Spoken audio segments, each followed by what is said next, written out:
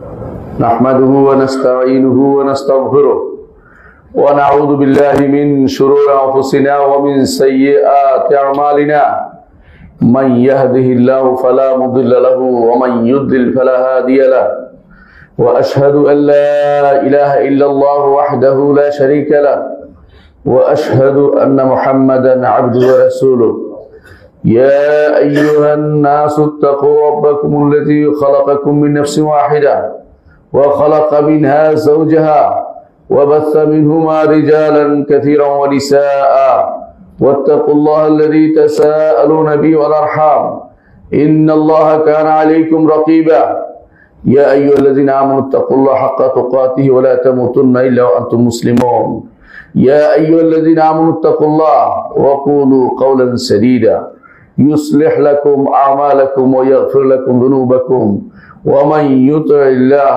ورسوله فقد فاز فوزا عظيما أما بعد فإن أصدق الحديث كتاب الله وخير الهدي هدي محمد صلى الله عليه وسلم وشر الأمور محدثاتها وكل محدثة بدعة وكل بدعة ضلالة وكل ضلالة في النار أيها الناس اتقوا الله فإن الله عز وجل أمرنا أن نتقيه সম্মানিত মুসল্লিয়ান কিরাম, আমরা নিজেকে এবং আমি আপনাদেরকে আল্লাহ তাকওয়া অবলম্বন করতে জানাচ্ছি। যেই তাকওয়া অবলম্বন করলে আমরা আল্লাহর জান্নাত পেয়ে ধন্য হব, যেই তাকওয়া অবলম্বন করে দুনিয়াতে আমরা আল্লাহর প্রিয় পাত্র হতে পারবো, যেই তাকওয়া অবলম্বন করলে আমরা আমাদেরকে আল্লাহ তাআলা যাবতীয় বিপদ আপদ থেকে উদ্ধার করবেন। আল্লাহ তাআলা কোরআনে কারীমে ঘোষণা করেছেন, ওয়া মান ইয়াত্তাকিল্লাহ ইয়াজআল লাহু মাখরাজা ওয়া ইয়ারযুকহু মিন হাইসু লা ইয়াহতাসিব। সম্মানিত মুসলিয়ান কিরাম, আজকে আমরা একটি বিষয় নিয়ে আলোচনা করব, যে বিষয়টি নিয়ে সাবধান করা অনেক নফল নামাজ থেকে উত্তম। ইমাম আহমদ ইবনে হাম্বল রাহিমাহুল্লাহ তিনি বলেছেন যে বেদাতীদেরকে রদ করা অনেক নফল নামাজ পড়া থেকে উত্তম। বরং বেদাতীদের রদ করা এটা ফরজ কাজ। এটা না করলে যে কোনো সময় আপনি বিপদে পড়ে যেতে পারেন। কবি বলেছেন, আরাফতু শাররা লা লিশাররি ওয়ালাকিন লিতাওয়াক্কিহি, আমি খারাপ জেনেছি খারাপ করার জন্য নয়, খারাপ থেকে বাঁচার জন্য। বর্তমান সময়ে আবেগে তাড়িত হয়ে অনেক মানুষ এমন সব কাজ করে বসে তাদের সেই পরিণতি পরবর্তীতে খারাপের দিকে যায়। অনেক সময় আমরা জানি না আমাদের ভালো বা মন্দ কোথায় আছে।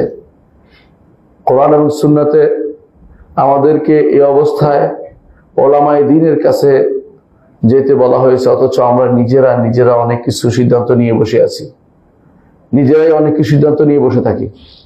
এই জন্য আমাদেরকে জানতে হবে আমাদের শত্রু কারা, আমাদের মিত্র কারা। শত্রু মিত্র যদি না জানি, যে কোনো সময় আপনি শত্রুর কাতারে আপনাকে দেখা যাবে যে আপনি শত্রুর কাতারে আছেন, অথচ আপনি না বুঝে সেই কাতারে ঢুকে পড়েছেন। সম্মানিত মুসলিয়ান কিরাম, উম্মতে মুসলিমা প্রথম যুগ থেকে যে অবস্থা ছিল সে অবস্থা প্রথম যারা পরিবর্তন করেছে তারা হচ্ছে প্রথমে খারেজিরা, তারপর হচ্ছে শিয়ারা। খারেজি শিয়া একটার পরিপূরক। খারেজিরা বের হওয়ার পরে শিয়ারা বের হয়েছে। শিয়াদের উদ্দেশ্য কি? শিয়াদের উদ্দেশ্য হলো, শিয়া অর্থই হলো একটি গোষ্ঠী দ্বন্দ্ব তৈরি করা। শিয়া অর্থে হচ্ছে দল বের করা, মুসলিমদের মধ্যে দলাদলি তৈরি করা। কোরআন এবং সুন্নায় কোথাও শিয়া হওয়া বা দল তৈরি করাকে অনুমোদন করা হয়নি। সব জায়গাতেই নিষেধ করা হয়েছে। মুসলিমদেরকে একসাথে থাকতে বলা হয়েছে। যখনই কেউ শিয়া হবে তখন দুই ভাগ হয়ে যাবে, কারণ নিঃসন্দেহে আহলে সুন্নাহ আগে থেকে ছিল। শিয়ারা তৈরি কোত্থেকে আসলো? শিয়ারা পরবর্তীতে হয়েছে। মুসলিম মিল্লাতকে দুই ভাগে ভাগ করে দিয়েছে। প্রথমে করেছে খারেজিরা, কিন্তু আলী ইবনে আবি তালিব রাদিয়াল্লাহু আনহু তাদেরকে দমন করেছিলেন। পরবর্তীতে এর সাথে যুক্ত হয়েছে উম্মতে মুসলিমাকে তার অনুসারীরা বিশেষ মর্যাদা দাবি করে শিয়া হয়ে গেছে। এ হচ্ছে মুসলিমদের ইতিহাস। আমাদের জানা থাকতে হবে যে মুহাম্মদ রাসূলুল্লাহ সাল্লাল্লাহু আলাইহি ওয়াসাল্লাম, আবু বকর, ওমর, ওসমান, এই তিন যুগে কোনো মুসলিমদের বিভেদ ছিল না, ভাগাভাগি ছিল না, আলাদা কোনো দল ছিল না, আলাদা কোনো গোষ্ঠী ছিল না। সবাই মুসলিমরা এক রকম ছিল। তারা উম্মাত মুসলিমা বলা যা বলা হতো সেটা ছিল। তাদের মধ্যে ভাগাভাগির কোনো চিহ্ন ছিল না। আলী ইবনে আবি তালিব রাদিয়াল্লাহু আনহু তিনি যখন খলিফা হলেন এবং সেই সময়ে তার সাহায্যকারী নাম দিয়ে কিছু মানুষ তার পক্ষ নিতে আরম্ভ করলো। তারা কিন্তু প্রথম দিন থেকেই তারা আমানতের সাথে কাজগুলি করেনি। এরাই হচ্ছে শিয়া। এই শিয়া গোষ্ঠী নিয়ে আমরা ইনশাআল্লাহ আলোচনা করব। এই শিয়ারা এদের আকীদা বিশ্বাস কি সেটা আলোচনা না করলে সেটা অপ্রাসঙ্গিক থেকে যাবে। এই জন্য আগে বিশ্বাসটা আলোচনা করে যায় তাদের কি আকীদা বিশ্বাস। তাদের 1 নম্বর আকীদা বিশ্বাস হচ্ছে আল্লাহ সম্পর্কে, যে আল্লাহ তাআলা আগে একটা জিনিস জানতেন, পরে আরেকটা জিনিস জানেন। নাউজুবিল্লাহ। অর্থাৎ বাদা বলে এটাকে, যে বাদা আল্লাহ তাআলা আগে তার কাছে প্রকাশ হয়নি, পরে প্রকাশ পেয়েছে। আকীদাতুল বাদা এটা তাদের একেবারে মনের ভিতরে গঠিত আছে। কারণ তারা মনে করে যে আগে যদি জানতেন নাউজুবিল্লাহ তাহলে আলীকে প্রথম খলিফা বানাতেন। এই জাতীয় আকীদা বিশ্বাস এখনকার যারা খারেজি, এখনকার যারা রাফিদি, ইরানীদের কথা আমরা বলছি, শুধুমাত্র আগের শিয়াদের কথা বলছি না। এই আকীদা বিশ্বাস তারা রাখে। এটা হচ্ছে তারা আল্লাহর ব্যাপারে আকীদা রাখে। তারা আল্লাহর কোরআন সম্পর্কে বিশ্বাস রাখে। এই কোরআন সেই কোরআন নয় যে কোরআন মুহাম্মদ সাল্লাল্লাহু আলাইহি ওয়াসাল্লাম নাযিল হয়েছে। তাদের গ্রন্থে লেখা আছে স্পষ্ট, আপনারা দেখতে পাবেন, একেবারে নস সহ আপনাকে দেখাতে পারবো আমি একটা একটা করে বই। তার বিশাল গ্রন্থ লিখেছে, এত বড় গ্রন্থ লিখেছে, নাম দিয়েছে ফসল খিতাব ফি তাহরিফে রব্বে কিতাব রব্বিল আরবাব। আল্লাহ তাআলার কিতাব যে তাহরিফ বিকৃত হয়ে গেছে এর উপরে সে বই লিখছে। নাউজুবিল্লাহ। আমাদের কোরআনকে তারা মুহাম্মদুর রাসূলুল্লাহ সাল্লাল্লাহু আলাইহি ওয়াসাল্লাম নাযিল করা কোরআন মনে করে না। তাদের কাছে মুসহাফে ফাতেমা আছে আলাদা, নাম বানিয়েছে মুসহাফে ফাতেমা। নাউজুবিল্লাহ। অথচ মুসহাফে ফাতেমাতে কোনো কোরআন নেই, কোনো মুসহাফ নেই। যেই মুসহাফ সাহাবায়ে কেরামের উপর দিয়ে এসেছে, তাদের হাত দিয়ে এসেছে, লেখা হয়েছে, রাসূল লিখিয়ে নিয়েছেন, সেটাই আমাদের কাছে আছে। এতে কোনো বিকৃতির কোনো সম্ভাবনা নেই। আল্লাহ তাআলা হেফাজতের দায়িত্ব নিয়েছেন। তিনি বলেছেন, ইন্না নাহনু নাযালনা যিকরা ওয়া ইন্না লাহু লাহাফিজুন। এই জিকির আমরা নাজিল করেছি, জিকির হেফাজতে আমাদের দায়িত্ব আমরা নিয়েছি। আল্লাহ তাআলা সেই দায়িত্ব নিয়েছেন, এই জন্য তিনি এটাকে হেফাজত করেছেন। এই জন্য তাদের এই দাবি সম্পূর্ণ মিথ্যা। দ্বিতীয়, তারা মুহাম্মদ রাসূলুল্লাহ সাল্লাল্লাহু আলাইহি ওয়াসাল্লাম তার হাদিসকে একটাও মানে না। একটা হাদিস যেটা আমাদের কিতাব সমূহ আছে, বুখারী, মুসলিম, আবু দাউদ, তিরমিজি, নাসাই, ইবনে মাজাহ সহ যে সমস্ত আমাদের হাদিসের কিতাব আছে, একটা হাদিসও তারা মানে না। কেন মানে না? আমাদের হাদিসগুলো সাহাবায়ে কেরামের দিয়া বর্ণিত হয়েছে, আর তারা সাহাবায়ে কেরামকে কাফের বলে। নাউজুবিল্লাহ। হাতে গোনা 3-4 জন ছাড়া সর্বোচ্চ কেউ 10 জনের কথা বলে, এর বাইরে সবাইকে তারা কাফের বলে। এই জাতীয় লোকদেরকে আপনি বন্ধু আপনার বানাচ্ছেন, আমার কিছু বলার নেই। কাকে আপনি আপনার পথ প্রদর্শক বানাচ্ছেন আপনি দেখে নিবেন। ওমা ইয়াজআলুল গুরাবা লাহু দালিলান ইয়াদুল্লুহু আলা জিয়াফিল কিলাবি। কেউ যদি কাককে তার পথ প্রদর্শক বানায়, কাক তাকে অবশ্যই ময়লার বাগানে নিয়ে যাবে, কোনো সন্দেহ নেই। এভাবে তারা আমাদের কোরআনকে তারা বিকৃত মনে করে, রাসূল হাদিসগুলিকে তারা গ্রহণ করে না, সাহাবায়ে কেরামকে তারা কাফের মনে করে। আপনি কি চিন্তা করতে পারেন কত জঘন্যতম কাজ?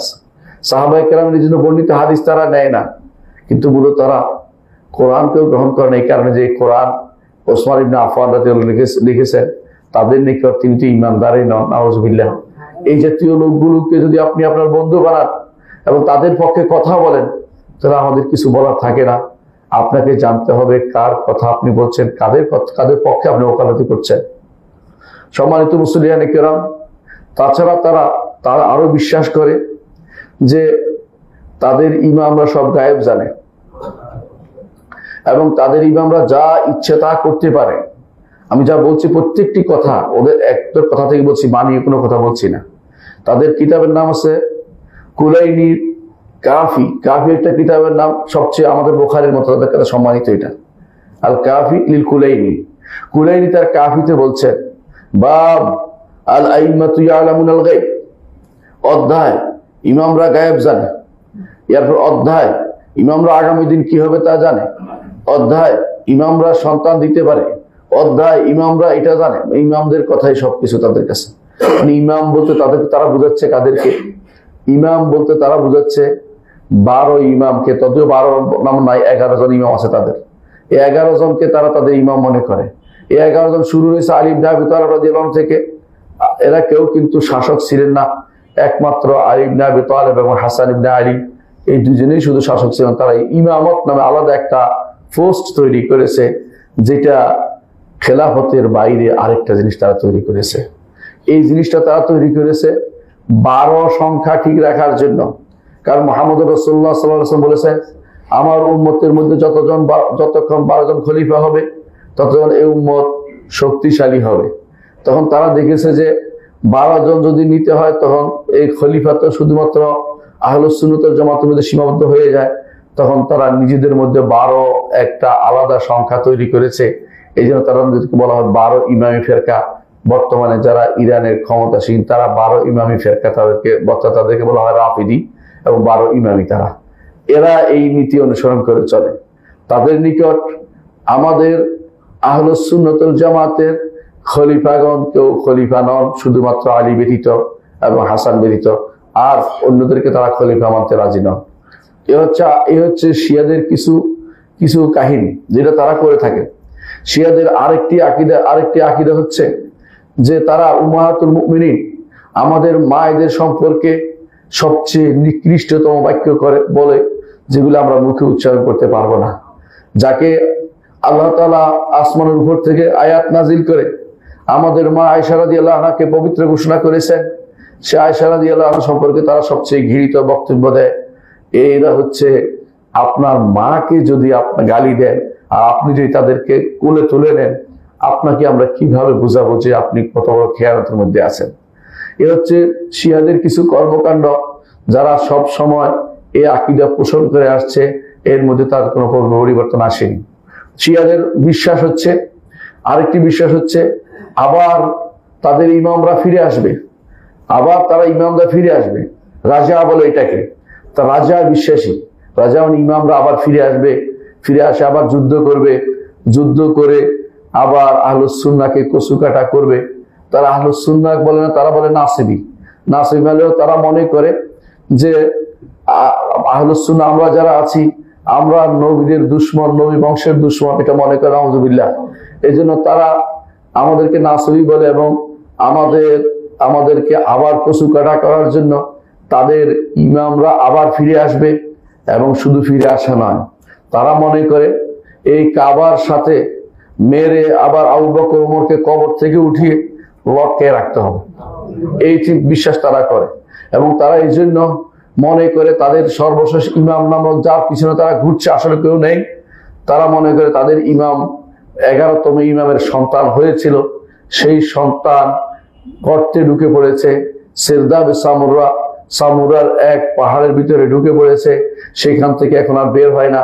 তারা এখনো গেলে আপনি দেখতে পাবেন সেখানে বিভিন্ন রকম বাহন নিয়ে দাঁড়িয়ে আছে, যে কখন তিনি সেখান থেকে বের হবেন, আর বাহন না পেলে আবার রাগ করে চলে যাবেন। এই জন্য সেখানে তারা বসে আছে, বাহন নিয়ে এখনো ডাকতেছে উখরুজিয়া মাওলানা, উখরুজিয়া মাওলানা, সারাদিন গান গাইতেছে, মাওলানা বেরিয়ে পড়ো, মাওলানা বেরিয়ে পড়ো। মাওলানা তো আর কোনোদিন বের হয় না, 1200 বছর পার হয়ে গেছে, তাদের মাওলানা আর বের হয় না, কারণ মাওলানা বলতে আসলে কেউ নাই। এই বিশ্বাস এখনো প্রত্যেকটি শিয়া করে। এই জন্য আপনি খুমাইনি ইমাম দলাল, অদ্রষ্ট ইমাম খুমাইনিকে দেখবেন, তার বইয়ের মধ্যে যখনই মাহাদির কথা আসছে তখনই লিখে রাখছে আজ।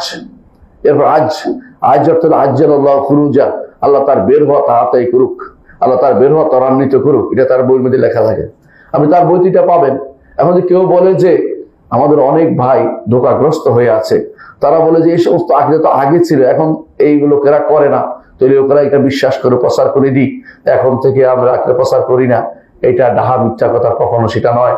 একই আকীদা আগে যারা রাখতো এখনো সেটাই রাখে, কিন্তু শিয়া থাকতো না, সুন্নি হয়ে যেত। এই আকীদা তারা পোষণ করে এবং নিজেদেরকে শিয়া 100% ঠিক রেখে তারা দাওয়াত দিতে যায়, শিয়াইজমের দাওয়াত দেয়। এদেশে মোস্তফা ইউনিভার্সিটি করে, এদেশে আলেমদেরকে দাওয়াত দেয়, কিছু একটা হাদিয়া দেয়, আলেমরা সঙ্গে সঙ্গে দলে যায়, এদেশের মানুষদেরকে দাওয়াত দেয়, সাংবাদিককে দাওয়াত দেয়। এদেশের আশ্চর্য বিষয় হচ্ছে এখনো অনেক সাংবাদিকরা শিয়াইজমে আক্রান্ত এবং তাদের কথাই শুধুমাত্র লেখে, কারণ তাদেরকে তারা বিভিন্নভাবে দাওয়াত দিয়ে, বিভিন্ন পুশ করে, বিভিন্ন রকমের সংবাদ দিয়ে তাদেরকে ধোঁকাগ্রস্ত করে। তাদের আকীদার মধ্যে এই জন্য আরেকটা আকীদা হচ্ছে এটা, সেটা হচ্ছে যে তাকিয়া নীতি।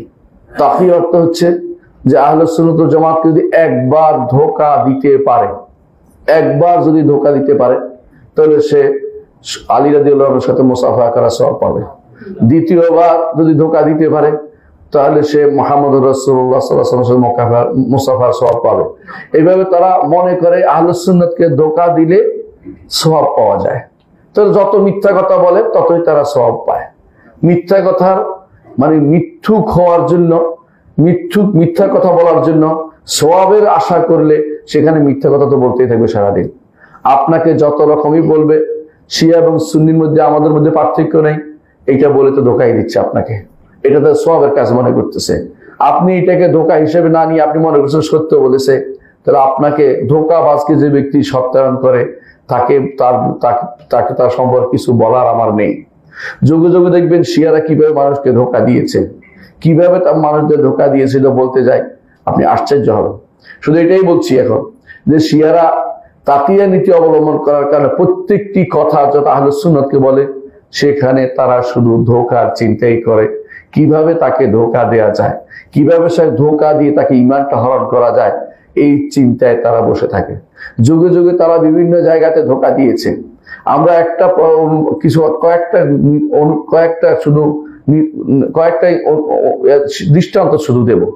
এক নম্বর হচ্ছে আলী ইবনে আবি তালেব রাদিয়াল্লাহু আনহু যখন মুআবিয়া রাদিয়াল্লাহু আনহুর বিরুদ্ধে যুদ্ধ করছিলেন, তখন তারা দাঁড়িয়ে গিয়ে বলছিল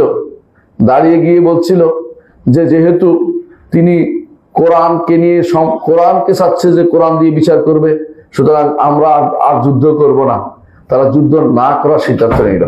অর্থাৎ আলী ইবনে আবি তালেব রাদিয়াল্লাহু আনহুর পক্ষ হয়েও যুদ্ধ করতে গিয়েও যুদ্ধ করতে রাজি হয় নাই, তাকেও সেভাবে তারা ধোঁকা দিয়েছে। এই হচ্ছে শিয়া সম্প্রদায়। তারপর দ্বিতীয়বার তারা ধোঁকা দিয়েছে হাসান ইবনে আলীকে। হাসান ইবনে আলী রাদিয়াল্লাহু আনহু যখন তিনি খলিফা হলেন আলী ইবনে আবি তালেব রাদিয়াল্লাহু আনহুর মৃত্যুর পরে, তখন তারা তাকে সহযোগিতার সম্পূর্ণ কথা ব্যক্ত করলো যে আমরা তাকে সহযোগিতা করব, আমরা তাকে সাহায্য করব। কিন্তু দেখা গেল তারা তাকে সাহায্য করেনি, বরং এমন তাকে কিছু প্রশ্ন করলো, যখন তিনি প্রশ্নগুলোর উত্তর ভিন্ন রকম দিলেন যেগুলি তাদের মনোভূত হয় নাই, তারা তার সমস্ত মালামাল লুট করে নিয়ে গেল। লুট করে নিয়ে যাওয়ার পরে যখন তিনি বললেন তোমরা আমাকে তো এভাবে লুট করতে পারো না, তারা তাকে আঘাত করলো এক একজন। তখন তিনি বললেন, তিনি বুঝলেন যে এরা আসলে ফিতনাবাজ, এদের সাথে থাকা যাবে না। তখন তিনি মুআবিয়া রাদিয়াল্লাহু আনহুর সাথে তখন মীমাংসায় গেলেন যে ঠিক আছে আপনি খেলাফত পরিচালনা করুন। তারপর তার হাতে খেলাফত দিয়ে দিলেন। এটা তিনি কেন করলেন? কারণ শিয়ারা খেয়ানত করেছে, শিয়ারা তার সাথে দলের লোকেরাই তার সাথে খেয়ানত করেছে। এই জন্য খেয়ানত এদের ঐতিহাসিক চরিত্র হচ্ছে তারা খেয়ানত করে।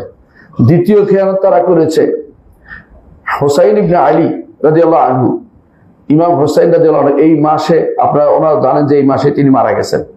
এই মাসে যাকে শহীদ করে দেওয়া হয়েছে আপনারা জানেন। তো তিনি হুসাইন ইবনে আলী রাদিয়াল্লাহু আনহু তিনি তো মদিনায় ছিলেন। মদিনায় তারা চিঠির পর চিঠি লিখলো যে আপনি আসেন, আপনাকে আমরা সাহায্য করব। আমরা এত এত চিঠি লিখছে প্রত্যেকে। তখনকার দিনে তো আর টেলিফোন ছিল না বা অন্য কোনো মাধ্যম ছিল না। চিঠি লিখে প্রত্যেক গোত্র থেকে ব্যক্তি হতে শুরু সবাই চিঠি লিখলো। তিনি মনে করলেন যে আমি যাওয়াই বাকি, গেলেই বুঝি আমি খলিফা হয়ে যাব, গেলেই বুঝি আমার শাসক হয়ে যাবে, এরা বুঝি আমার সব সাহায্য করবে। তিনিও বেরিয়ে আসলেন। বেরিয়ে আসার পরে যখন ওবায়দুল্লাহ বিন জিয়াদ ইরাকে ধমক দিল ওদেরকে, ওরা সব কাবু হয়ে গেল। ওরা আবার তার বিরুদ্ধে দাঁড়িয়ে গেল। তাকে সাহায্য করতে তারা আসেনি। তিনি কারবালা প্রান্তরে বিজন মরুভূমিতে একা একই তার পরিবার নিয়ে যুদ্ধ করলেন। সে অসম যুদ্ধে তিনি শহীদ হলেন, আল্লাহর রাস্তায় তিনি মারা গেলেন। এর কারণ কি? এর কারণ হচ্ছে শিয়াদের খেয়ানত। শিয়ারা তাকে ডেকে এনে এই মরুভূমিতে মারার ব্যবস্থা করেছে। ইতিহাস সাক্ষ্য দেয় তারা খেয়ানতকারী। তাদের অবস্থা দেখে পরবর্তীতে আর তার বংশধর আলী রাদিয়াল্লাহু আনহুর বংশধরদের মধ্যে, হুসাইনের বংশধরদের মধ্যে কেউ তাদেরকে বিশ্বাস করতো না। কিন্তু তারা তার চারপাশে ঘুরঘুর করতো, কারণ তারা ভালো করে জানতো যে যদি উম্মতে মুসলিমার ফিতনা তৈরি করতেই হয় তাহলে রসুলের বংশের মহব্বত দেখাতে হবে, রসুলের বংশের প্রতি ভালোবাসা দেখাতে হবে, তার আশেপাশে গুরু করতে হবে এবং মিথ্যা কথা তারা বানাতো। আপনারা জানেন যে তাদের নেতা ছিল আব্দুল্লাহ ইবনে সাবাল ইহুদি। একদিন সে একটা ফিতনা নিয়ে প্রথমে খারেজি ছিল, ওসমান রাদিয়াল্লাহু আনহুর বিরুদ্ধে বের হয়েছে। যখন দেখে যে ওসমান রাদিয়াল্লাহু আনহুর ফিতনা কমে গেছে, তখন আলী রাদিয়াল্লাহু আনহুর একা ঐকান্তিক তার পক্ষ নিতে সে ইহুদি ছিল, সে কপটভাবে ইসলাম গ্রহণ করেছে। এখন এসে বলতেছে একদিন আলী ইবনে আবি তালিব রাদিয়াল্লাহু আনহুকে আনতা, তিনি বলছে তুমি মানে কি? বলে তুমি সেই, বলে আমি মানে সেই, মানে তুমি আল্লাহ। নাউযুবিল্লাহ। আলী ইবনে আবি তালিব রাদিয়াল্লাহু আনহু তখন বললেন যে কুম্বরকে ডাকেন, কুম্বর এদেরকে ডাকা, সবকে আগুনে পোড়ায়, শয়তানি করতেছে এরা ইচ্ছা করে উম্মতে মুসলিমা ফিতনা তৈরি করতেছে। তখন আব্দুল্লাহ ইবনে আব্বাস রাদিয়াল্লাহু আনহু তিনি উপস্থিত ছিলেন না। তিনি পরবর্তী বললেন যে আমি যদি সেখানে থাকতাম তাদেরকে হত্যা করতাম, কিন্তু আগুনে দিতাম না। তিনি যখন আগুনে দিচ্ছেন তখন তারা বলে উঠলো যে আগুনে তো তাকেই দেয়া হয়, আগুন তো শুধু আল্লাহ শাস্তি দেয়, আপনি যে আল্লাহ, আরো বেশি প্রমাণিত হয়ে গেল। মানে কত বড় শয়তানি নিয়ে তারা এসেছে মুসলিমদের বিভেদ তৈরি করতে। এদের গোষ্ঠী আজ পর্যন্ত, এই শিয়ারা, যেখানে আপনি দেখবেন শিয়াদের কথাই শুধু শুনবেন এবং এরা ফিতনা তৈরি করেছে, আর কিছু তৈরি করেনি। আমি কয়েকটি উদাহরণ দিচ্ছি মাত্র। যারা হুসাইন ইবনে আলী রাদিয়াল্লাহু আনহুকে তার কারবালার ময়দানে মারার জন্য এ দায় কিন্তু শুধুমাত্র এই শিয়াদের, কারণ শিয়ারাই তাকে ডেকে এনেছে, তাদেরকে সাধারণ কোন মুসলিম তাদেরকে এখানে ফিতনার জন্য ডেকে আনে নেই। কারণ মুসলিমদের মধ্যে আলাদা দল তৈরি করা, আলাদা গোষ্ঠী তৈরি করা বা খলিফার বিরুদ্ধে কাউকে লেলিয়ে দেয়া, এটা আহলুস সুন্নাত ওয়াল জামাতের মানহাজ বিরোধী, তারা সেটা কখনো করতো না। এটা শুধু এরাই করে যারা কারোর বিরুদ্ধে কাউকে খেপিয়ে তোলার জন্য, বিপ্লব নাম দিয়ে কিছু তৈরি করার জন্য যারা করে, সবগুলি শিয়াদের দ্বারা প্রভাবিত, খারেজ দ্বারা প্রভাবিত, যুগ যুগ ধরে এই ফিতনা তৈরি হয়ে এসেছে।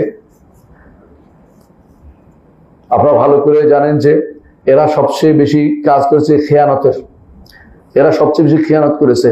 আর আল্লাহ তাআলা কোরআনে কারীমে বলেছেন ওয়াল্লাযীনা হুম লিআমানাতিহিম ওয়া আহদিহিম রাউন, ঈমানদার আমানত রক্ষা করে, খেয়ানত করে না।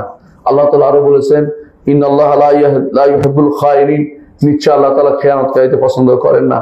আল্লাহ তাআলা আরো বলেছেন ওয়া আন্নাল্লাহা লা ইয়াহদি কাইদাল খায়িনিন, এবং জেনে রাখো যে আল্লাহ তাআলা ষড়যন্ত্রকারীদের, খেয়ানতকারীদের কোন ষড়যন্ত্রকে বাস্তবায়িত হতে দেন না, পছন্দ করেন না। রাসূলুল্লাহ সাল্লাল্লাহু আলাইহি ওয়াসাল্লাম তিনি বলেছেন যে মুনাফিকের আলামতের মধ্যে একটি হচ্ছে যখন তার কাছে কোনো আমানত রাখা হয় সে খেয়ানত করে। অর্থাৎ এই খেয়ানত করা হচ্ছে নিকৃষ্টতম একটি কাজ, যেটা সব সময় ঘৃণিত হয়ে আসছে। এই খেয়ানতের কাজটি সব সময় এরা করেছে, যাদেরকে আমরা শিয়া নামে পরিচিত বা রাফিজি নামে পরিচিত, সব সময় তারা এই খেয়ানত করেছে। যখন আমরা দেখতে পাই আরেকজনকে, যে হুসাইন ইবনে আলী রাদিয়াল্লাহু আনহুর পরে আরো কয়েকজন বের হয়েছে এইভাবে, যাদেরকে তারা বিভিন্নভাবে ষড়যন্ত্র করে তাদেরকে বের করেছে যে তারা যেন খলিফার বিরুদ্ধে দাঁড়ায়। তাদের মধ্যে একজন হচ্ছে নাফসুজ জাকিয়া। তারা বিভিন্নভাবে তাকে ইন্সপিরেশন করেছে যেন খলিফার বিরুদ্ধে দাঁড়ায়। আবার মুসলিমদের মধ্যে একটা যুদ্ধের ব্যবস্থাপনা তারা করেছে। এরা কিন্তু শিয়াই ছিল।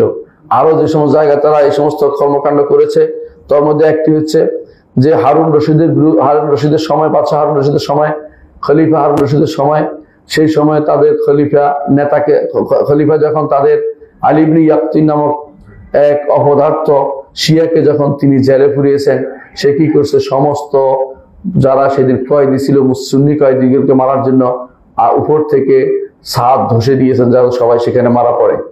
অনুরূপভাবে বুয়াহিরা, যারা এক সময় খলিফাদের কাছে ভিড়ত, বাগদাদের খলিফাদের 336 হিজরিতে তারা বাগদাদকে লুট করেছে এবং 352-তে বাগদাদের বাজার লুট করেছে।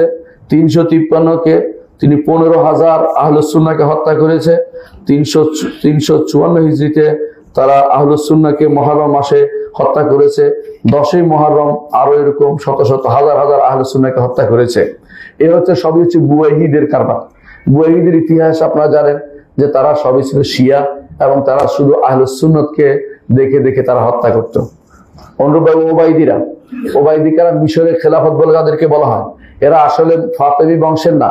নিজেরা মিথ্যা দাবি করে যে ফাতেমার বংশধর না, মিথ্যা কথা। এরা আসলে ছিল বনি মাইমুন আল কাদ্দাহ, অর্থাৎ তারা মাজুস ছিল এবং তারা সবচেয়ে বাতিনি ফেরকার লোক ছিল। এরা মিশর এবং মরক্কো বিভিন্ন এলাকার পশ্চিম ইউনিয়ন মুসলিম বিশ্বের এখন যেটা মরক্কো আছে, মাগরিব আছে বা মরক্কো আছে বা জাজায়ের আছে বা আলজেরিয়া আছে, এই রাষ্ট্রগুলোকে সবগুলো তারা দখল করে ফেলছিল এবং সেখানকার আহলে সুন্নাহকে তারা দেখে দেখে মারত, তাদের সম্পদ তারা লুট করত। তারাই প্রথম আল আজহার প্রতিষ্ঠা করেছে। আল আজহার ফাতেমাতু জাহরা এর থেকে আল আজহার তৈরি করেছে তারা। তাদের উদ্দেশ্য ছিল তখন যে এখানে তারা শিয়াইজম প্রতিষ্ঠা করবে। এই অবস্থায় তারা অনেকদিন ছিল এই আজহার প্রতিষ্ঠানটি।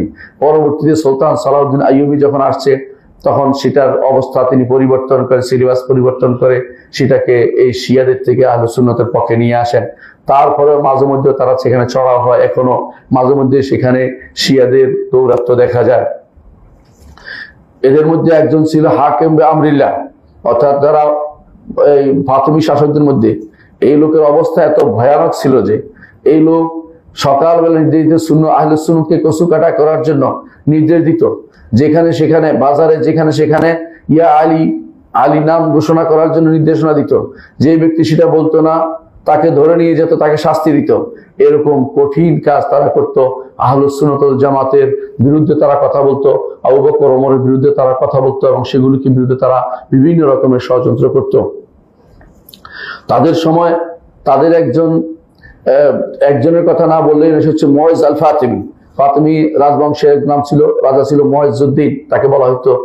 এই লোকে যখন শুনলো যে আবু বকর না বলেছি, তিনি বলেছেন এই কথা যে আমার হাতে যদি 10টি তীর থাকে, 9টি তীর আমি শিয়াদের দিকে নিক্ষেপ করব আর 1টি তীর আমি ইহুদিদের দিকে নিক্ষেপ করব। এই কথা শোনার পরে তিনি তাকে ধরে এনেছেন। ধরে এনে বলে তুমি নাকি এই কথা বলেছ? তুমি বলছো না আমি এই কথা বলিনি।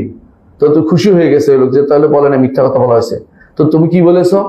আমি বলেছি, এখন বলছি, আগে যেটা বলেছি না বলেছি এখন বলছি যে আমার হাতে যদি কোনো 10টি তীর থাকে আমি 10টি তীরেই শিয়াদের বিরুদ্ধে শিয়াদের প্রতি নিক্ষেপ করব।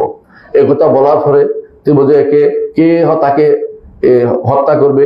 সুন্নিরা কেউ রাজি হয় নাই, মুসলিমরা কেউ রাজি হয় নাই।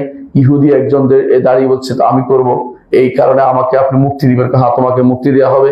তখন তিনি তার মাথার সাল থেকে শুরু করে এইভাবে পুরো আগে সাল খুলেছে। সাল খুলতে খুলতে যখন হাত পর্যন্ত এসে আর তিনি পারছেন না, তিনি এই সময় শুধু বলে আস্তাগফার পড়তেছেন আর লা ইলাহা ইল্লাল্লাহ পড়তেছেন। এমন সময় ইহুদি তার দরদ হলো, সে তার হাতের ছুরি দিয়ে তার গলার ভিতরে, তার পেটের ভিতরে নাড়ি ঢুকিয়ে দিয়ে তাকে হত্যা করে ফেললো। এইভাবে তারা আহলে সুন্নাত ওয়াল জামাতকে যুগে যুগে হত্যা করেছে। এই কাহিনী আমি বানিয়ে বলছি না, আপনারা ইমাম ইবনে কাসির রাহমাতুল্লাহ আলাইহি তার যে বিদায় ওয়ান নিহায়াত আপনি দেখতে পাবেন। ইমাম যাহাবী রাহমাতুল্লাহ তার ইয়াতে লিখেছেন। এই সমস্ত কথা আমি যেগুলি বলছি সবগুলি এই 2 কিতাব থেকে আমি বর্ণনা করছি। যারা এই 2 কিতাব পড়বেন তারা স্পষ্ট পাবেন ইমাম যাহাবী এবং ইমাম ইবনে কাসির রাহমাতুল্লাহ আলাইহি কিতাব। ইমাম যাহাবী তার সিয়ার আলামিন নুবালাতে সেটা উল্লেখ করেছেন। এরপর আরেকজনের কথা বলতে পারে কারামিতারা। কারামিতারা কি করেছে?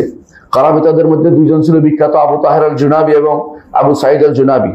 এরা প্রথমে কাবা আক্রমণ করেছে, কাবা ভাঙছে, জমজমের কূপকে নষ্ট করেছে, তারপরে হাজিদেরকে মেরেছে, মেরে জমজমের কূপকে পূর্ণ করে দিয়ে উপরে দিয়ে পাথর দিয়ে বন্ধ করে দিয়েছে। এরপরে তারা হাজর আসওয়াদ চুরি করে নিয়ে চলে গেছে। আজও হাজর আসওয়াদ পরিপূর্ণ পাওয়া যায় নাই। কয়েকটা টুকরা ফেরত দিয়েছিল, দয়া করে কয়েকটা টুকরা এখন পর্যন্ত আছে।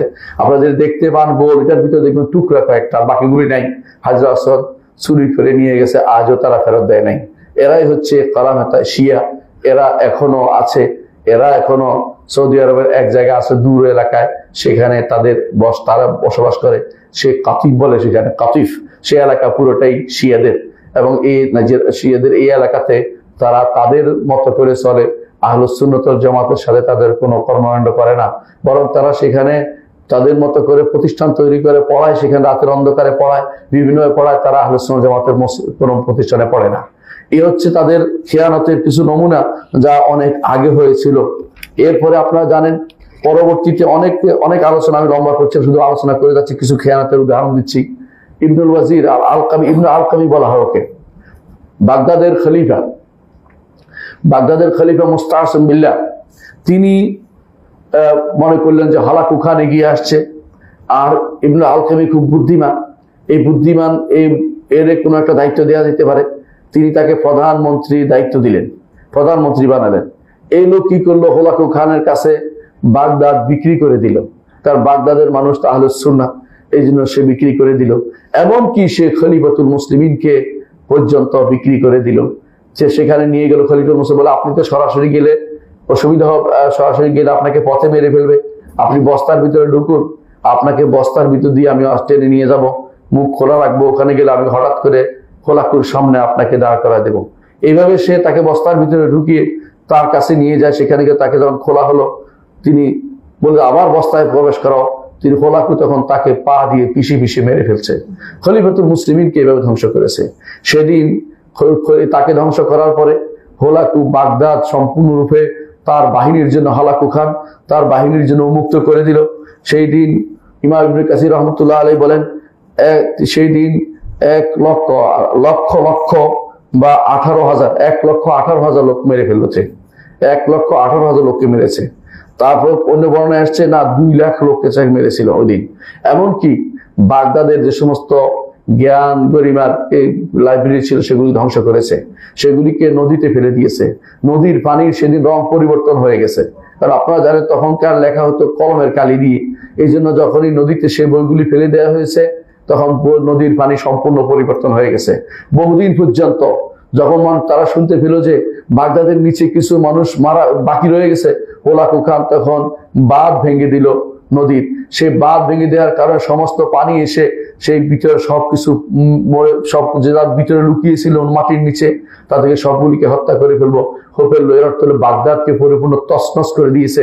এবং এর পিছনে ছিল ইবনুল আলকামি, এই শিই যে ওয়াজির ছিল তথাকথিত হোলাকুর মন্ত্রী, ইবনে তাইমিয়া রহমতুল্লাহ আলাইহির জন্য তাকে বলেন সে তো আসলে খলিফার ওজির ছিল না, সে তো ওজিরুল হোলাকুর ওজির হিসেবে কাজ করেছে, খলিফার মন্ত্রিত্ব নিয়ে কাজ করে নাই, হোলাকুর ওজির নিয়ে কাজ করেছে।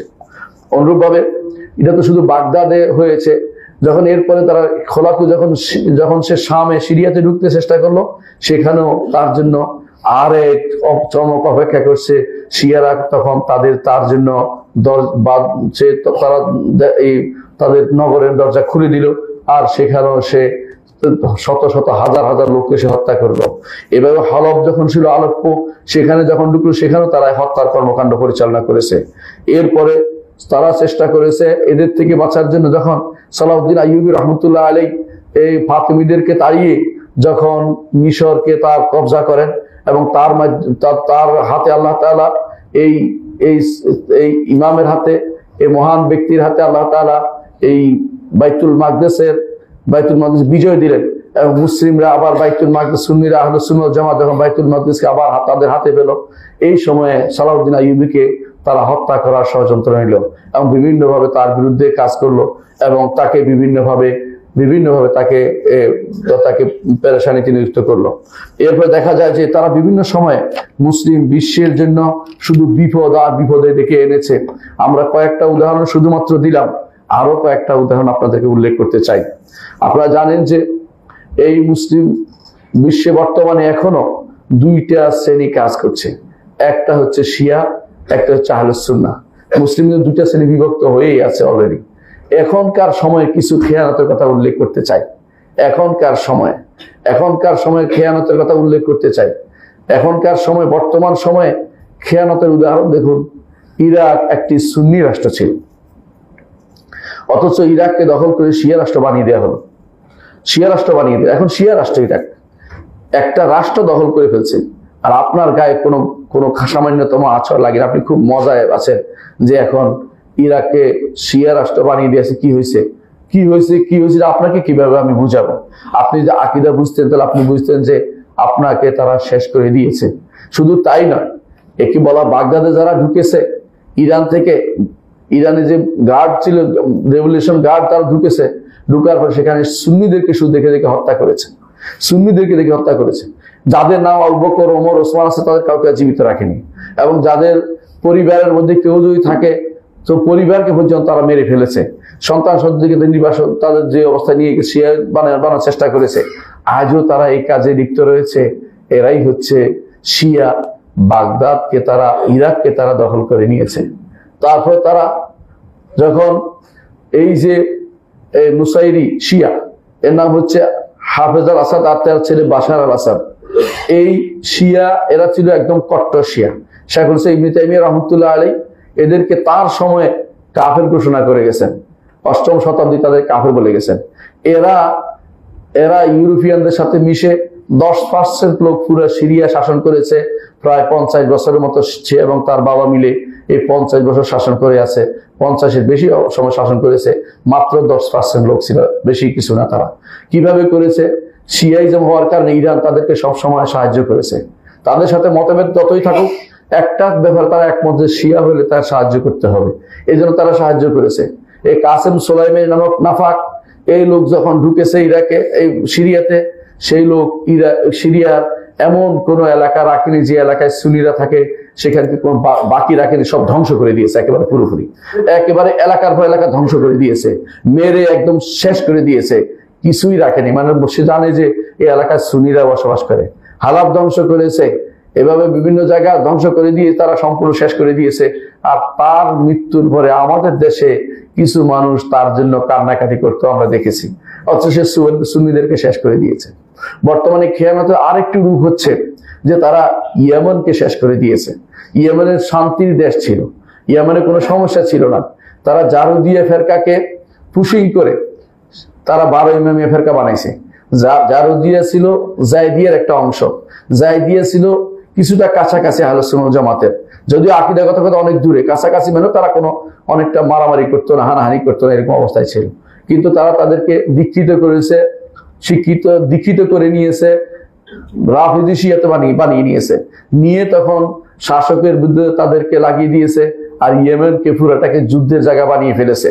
কারণ তাদের দেশে তো হচ্ছে না, মারা গেলে সুন্নি মারা যাবে, সমস্যা কি? তারা সেটা করেছে। এইভাবে তারা বিভিন্ন দেশে যত রকমের ষড়যন্ত্র করেছে। লেবাননের কথা চিন্তা করো, লেবাননে তারা কি করেছে? আমি নিজে গিয়ে দেখেছি, ওই এলাকায় প্রবেশ করা যায় না, শিয়াদের এলাকায় প্রবেশ করা প্রায় নিষিদ্ধ হয়ে গেছে। তারা যেন তাদের এলাকা ভাগ করে ফেলেছে, একটা দেশকে এলাকা ভাগ করে ফেলেছে। সেখানে তাদের আলাদা যে সমস্ত চ্যানেল আছে, সেই চ্যানেলগুলোতে দিন রাত 24 ঘন্টা আমাদের মা আয়েশা রাদিয়াল্লাহু আনহার বিরুদ্ধে কুৎসা রটনা করে, এবং এদের চ্যানেলগুলোতে সাহাবায়ে কেরামের বিরুদ্ধে কুৎসা রটনা হয়। এদের চ্যানেলগুলোতে আহলে সুন্নাত জামাতের ইমামদের বিরুদ্ধে কুৎসা রটনা করা হয়। সেগুলি তারা চালিয়ে গেছে। এই হচ্ছে লেবাননকে তারা কিভাবে নষ্ট করেছে। তারপর তারা চেষ্টা করলো, তারা বাহরাইনকে ধরতে চেষ্টা করলো। তো তখন সৌদি সরকার দেখলো যে বড় সমস্যা, তখন তার সেনাবাহিনী পাঠিয়ে দিল বাহরাইনকে রক্ষার জন্য। এই জন্য সেখানে তারা আর এগোতে পারে নাই। তারা তখন কুয়েতের দিকে হাত দিল, যে কুয়েতের জন্য হাত দেওয়া যায় কিনা। কুয়েত সরকার সাবধান হয়ে গেল, তারা সেখানে আর কিছু করতে পারেনি। এভাবে তারা চেষ্টা করলো যে আশেপাশে যত রাষ্ট্র আছে সবগুলিকে বৃহত্তর শিয়াইজম তৈরি করবে। এর আগেও তারা বিভিন্ন রকমের খেয়ানত করেছে। এই খেয়ানত গুলি যদি কোনো আপনারা ভুলে যান, আপনারা যদি কোনো প্রতারিত হন, তাহলে আপনাদেরকে কিভাবে কে আপনাদেরকে বুঝাতে পারবে আপনার শত্রুকে, আপনার মিত্রকে? এটা আপনার কিভাবে বোঝানো যাবে? শিয়ারা কোনোদিন এই উম্মতে মুসলিমার জন্য ভালো কিছু করেনি। আপনি ভালো করে জানেন যে এরা রাষ্ট্রগুলি দখল করেছে কি জন্য? যে সুন্নিদেরকে মেরে সেখানে শিয়াইজম প্রতিষ্ঠা করবে, এই জন্য। আর কোনো উদ্দেশ্য নেই তাদের, কোথাও সে উদ্দেশ্য নেই। পাক ভারতেও তারা সেটা করেছিল। কিভাবে করেছে আপনারা জানেন? সম্রাট হুমায়ুন যখন হেরে গিয়েছিল, তখন পালিয়ে গিয়েছিল ইরানে পালিয়ে যাওয়ার পরে, ইতিহাস আপনারা জানা দরকার, ইরানে পালিয়ে যাওয়ার পরে সেখানে চুক্তি করে এসেছে যে আমার বাহিনী নিয়ে তুমি আবার যদি রাজ্য দখল করো, তাহলে আমার বাহিনীকে বিভিন্ন জায়গাতে কর্মে খাটাতে হবে।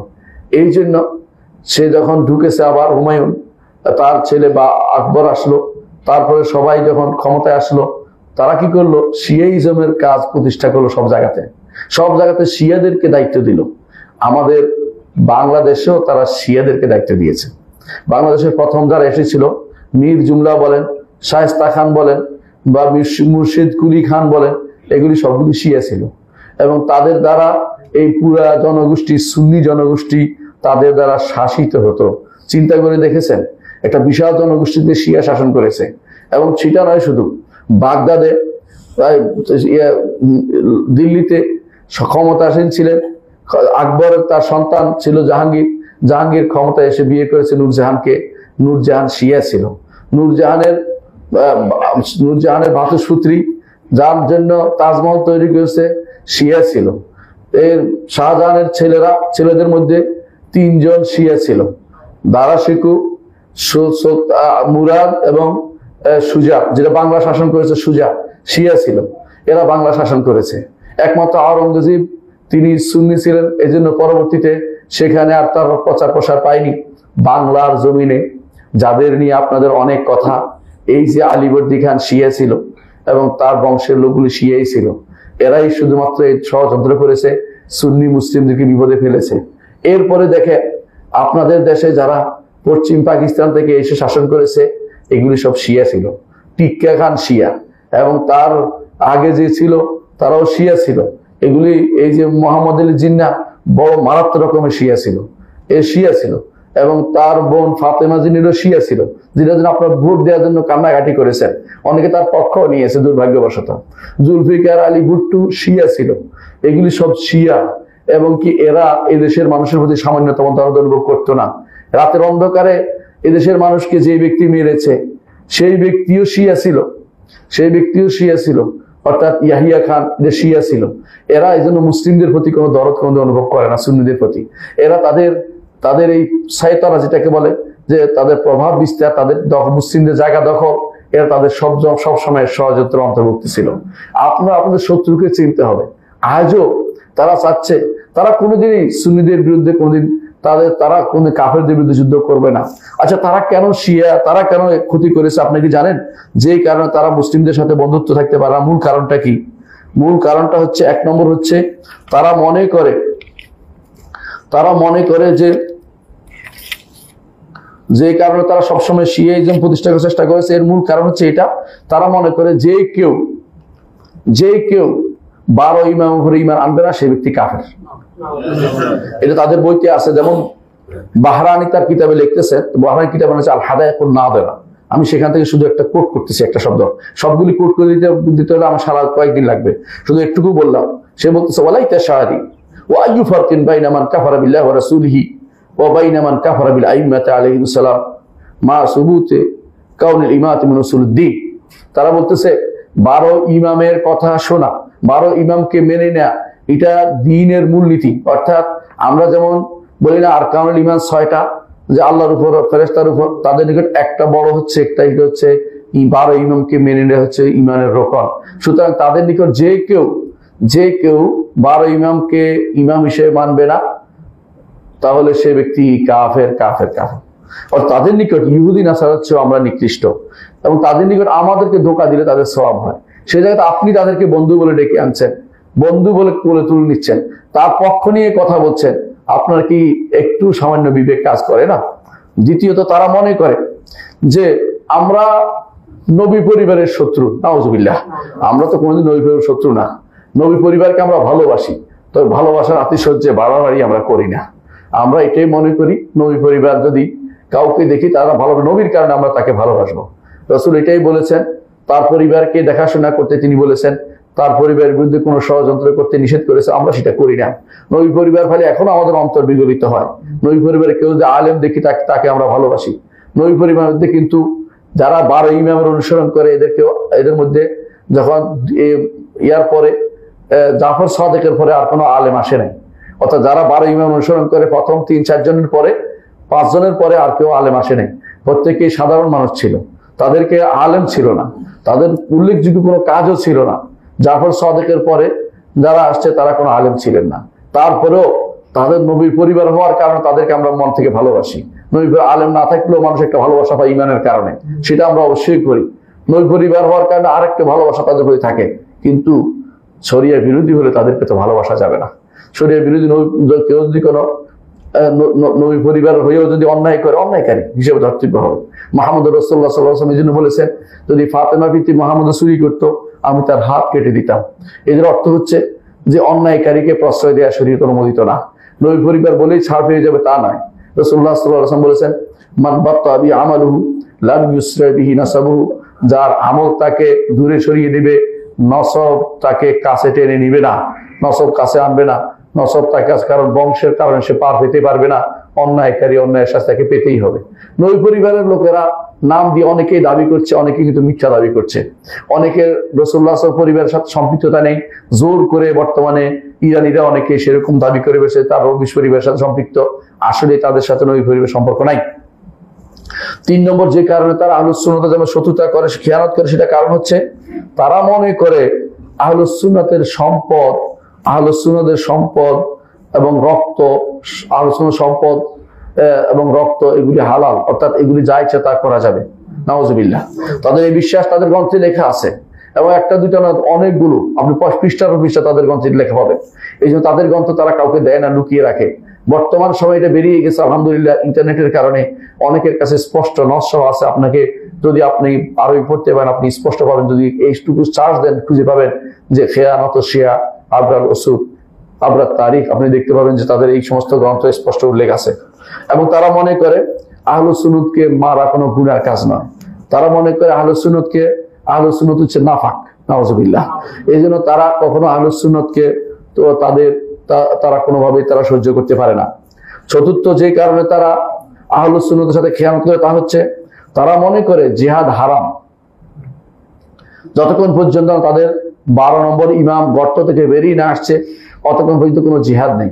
তাহলে এখন যেটা করছে এটা কি বলবে? এখন তো তারা, আপনাদের অনেকেই ধারণা করছে জিহাদ করতেছে ওই দেশে, তাদের নিকট প্রতিরোধ করা যাবে, অর্থাৎ কেউ আক্রমণ করছে এটা প্রতিরোধের জন্য জবাব করা যাবে।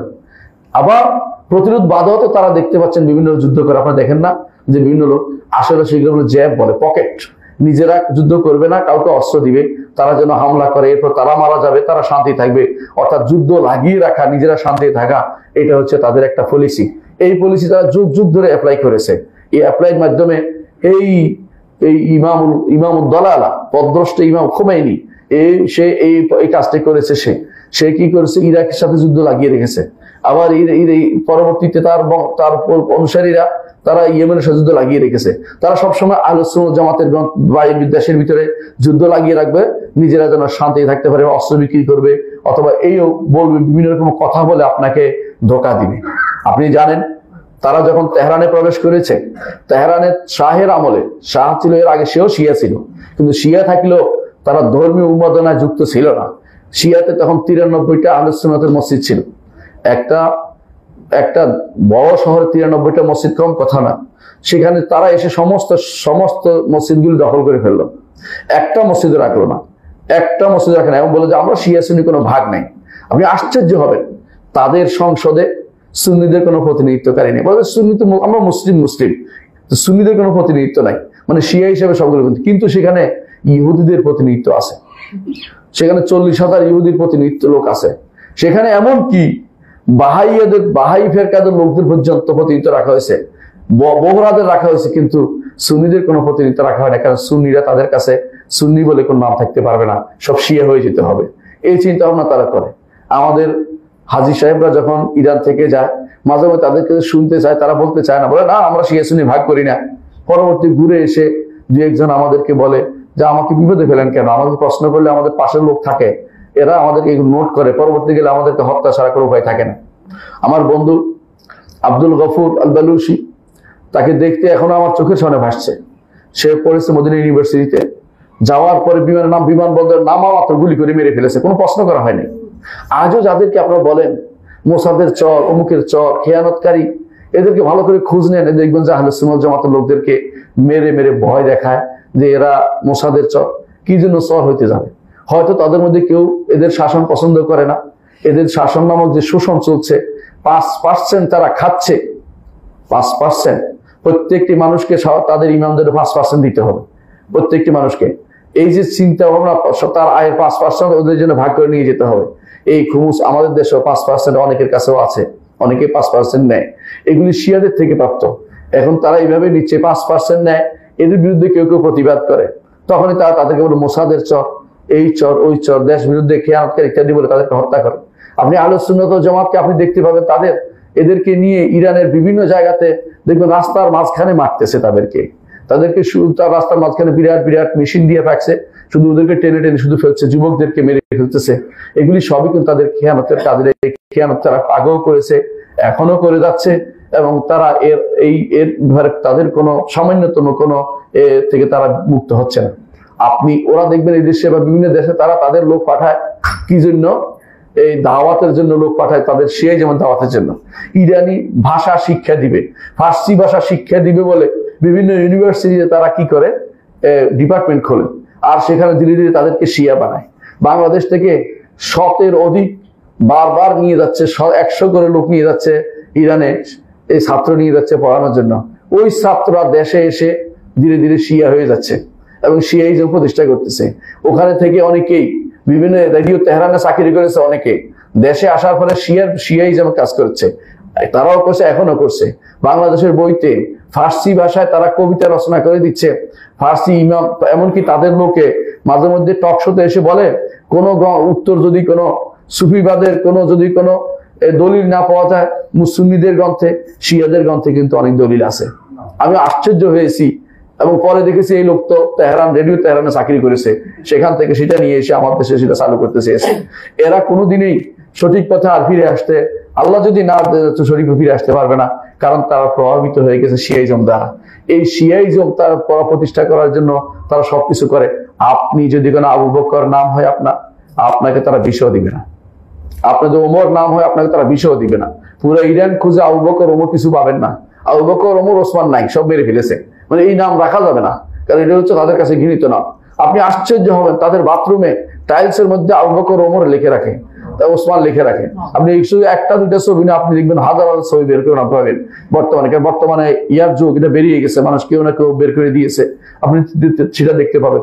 এদের মধ্যে কেউ গরু একটা নিয়ে আসে, আর নাম দেয় আবু বকর, একটা নাম ওমর নাম দেয়, এটা পিটে মারে, উদ্দেশ্য হচ্ছে আবু বকর ওমরকে মারতেছে। আরে গরুর কি দোষ? এটা তো একটা প্রাণী, অবলা প্রাণী, তারা কেন মারতেছ? ওমরকে কেন নাম দিয়ে কেন তুমি ছাগল মারতেছ?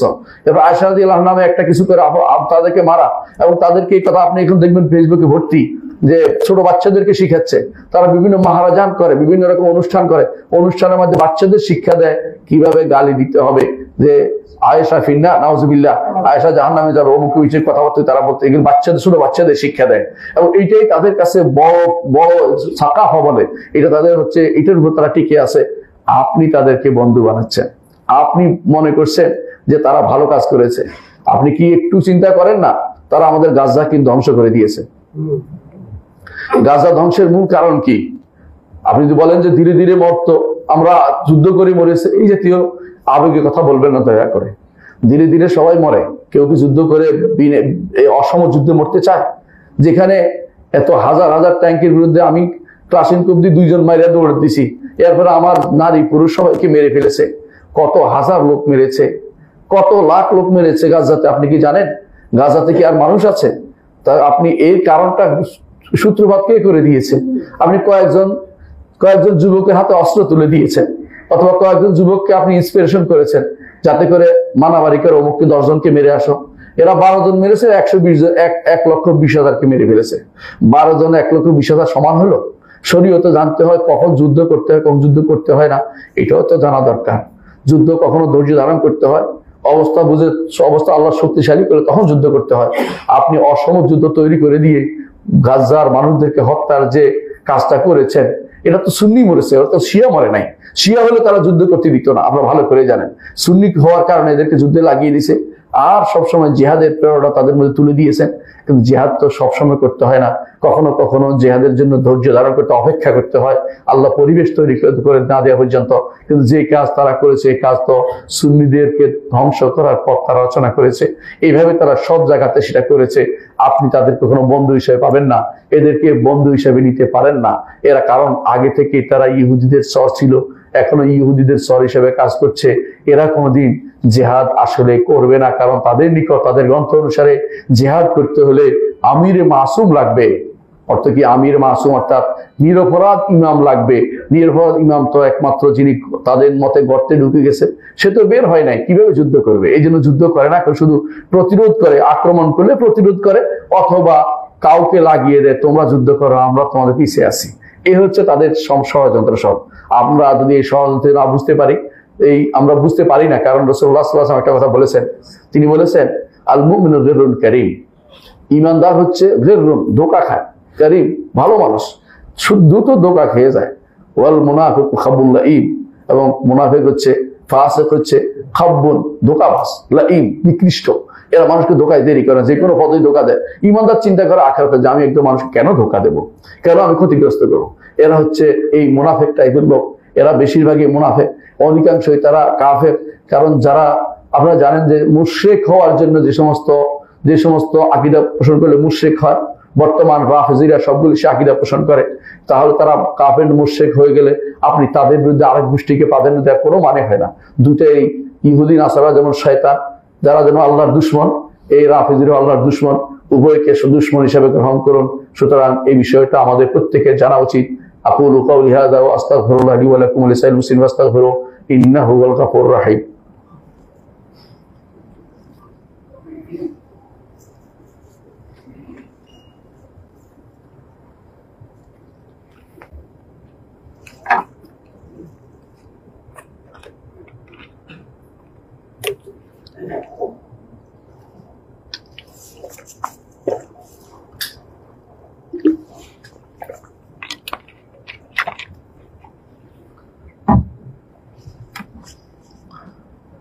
ইন্নাল হামদালিল্লাহ নাহমাদুহু ওয়া নাস্তাঈনুহু ওয়া নাস্তাগফিরুহ ওয়া নাউযু বিল্লাহি মিন শুরুরি আনফুসিনা ওয়া মিন সাইয়্যাতি আমালিনা মান ইয়াহদিহিল্লাহু ফালা মুদিল্লা লাহু ওয়া মান ইউদ্লিল ফালা হাদিয়া লাহু ওয়া আশহাদু আন লা ইলাহা ইল্লাল্লাহ ওয়াহদাহু লা শারীকা লাহু ওয়া আশহাদু আন্না মুহাম্মাদান আবদুহু ওয়া রাসূলুহু।